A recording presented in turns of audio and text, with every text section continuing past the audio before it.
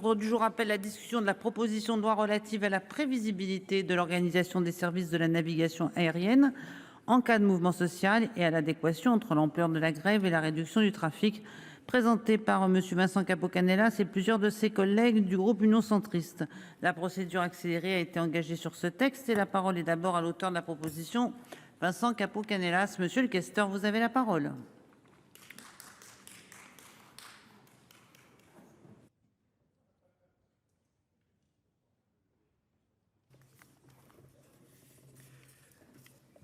Madame la présidente, monsieur le ministre, monsieur le président de la commission de l'aménagement du territoire, madame le rapporteur, mes chers collègues, le contrôle aérien est un service public essentiel au pays. Il participe de notre souveraineté, il permet d'assurer le contrôle de notre espace aérien et il assure pour nos territoires, pour la connectivité du pays, un rôle majeur, régalien. C'est bien sûr assurer la sécurité des vols, c'est permettre la connectivité, notre ouverture sur le monde. C'est un service public qui est en phase de se moderniser. J'ai été en 2018 l'auteur d'un rapport qui était assez critique sur l'état de ce service public et je ne suis pas suspect donc d'une extrême gentillesse vis-à-vis d'eux. Je peux dire que ce service est engagé dans une modernisation qui lui permet de recoller au peloton de tête européen dans le cadre du ciel unique et de l'interopérabilité.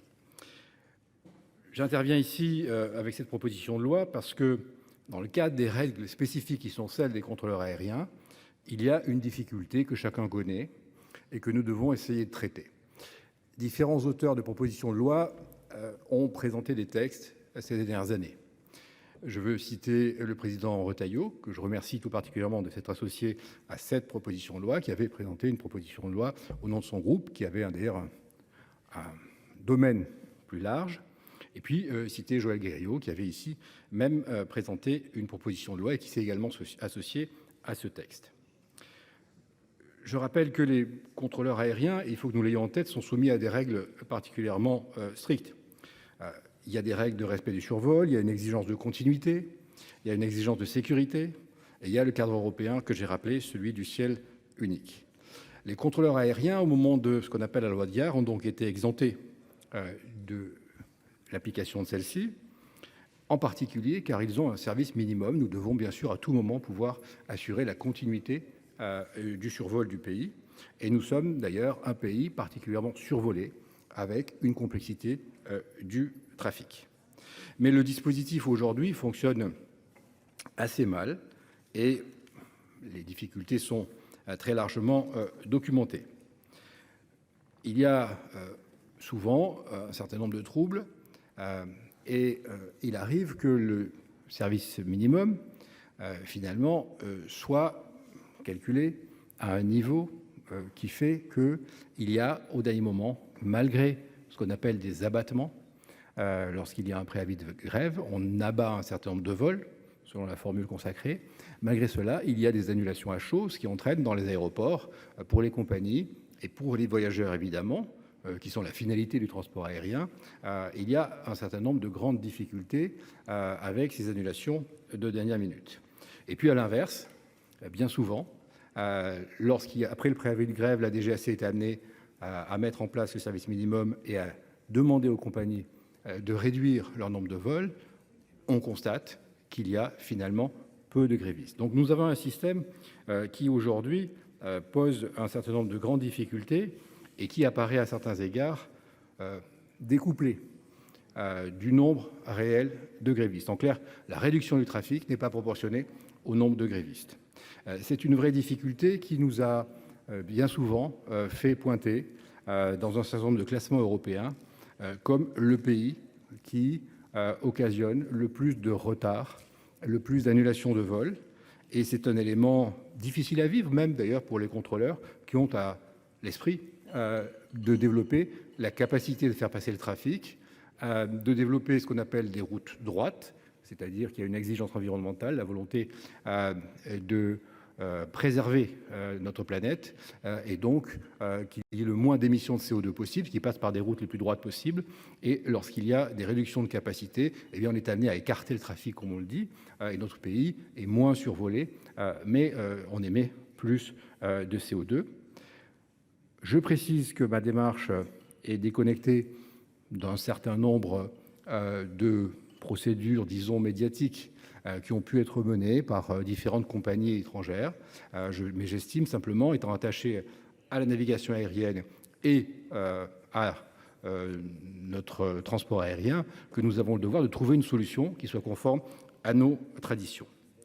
Il s'agit bien sûr de respecter le droit de grève. C'est le pilier de cette proposition de loi.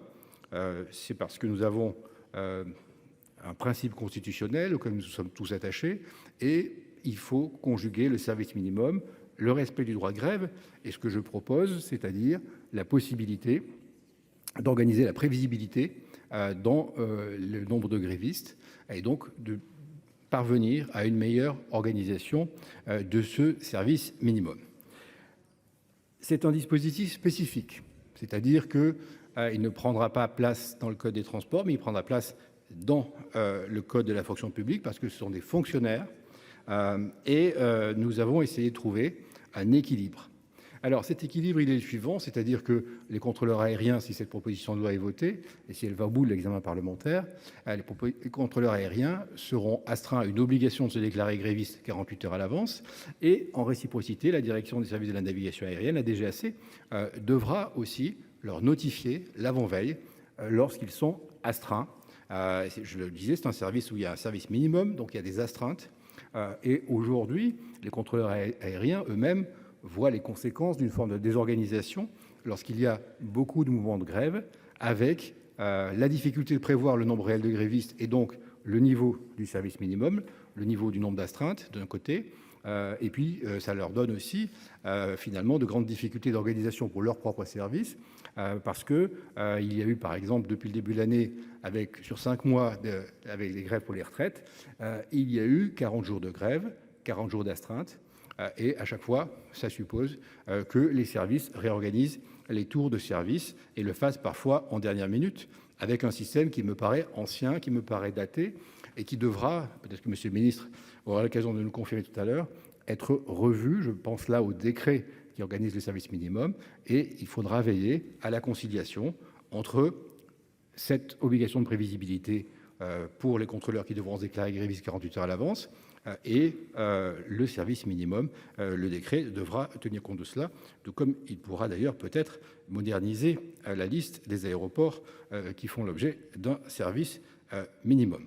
Donc il y a une volonté d'équilibre avec une double prévisibilité, l'une qui va permettre, je pense, d'améliorer l'organisation des services et d'éviter, lorsque la grève est peu suivie, qu'il y ait une grosse réduction du trafic, mais de faire évidemment que les jours où la grève est très suivie, eh bien, il y aura une réduction proportionnée du trafic. C'est pourquoi, dans le titre de cette proposition de loi, j'ai veillé à ce qu'on indique que nous cherchons une bonne adéquation entre la réduction du trafic et le nombre de grévistes. Donc, j'ai essayé de proposer une solution à un problème ancien. Je souhaite le faire dans le cadre du dialogue social et dire combien je suis attaché à la modernisation de cette belle maison qu'est la DGAC et que ça ne peut passer que par le dialogue social, par la confiance dans les partenaires sociaux et dans l'ensemble des personnels de cette maison-là.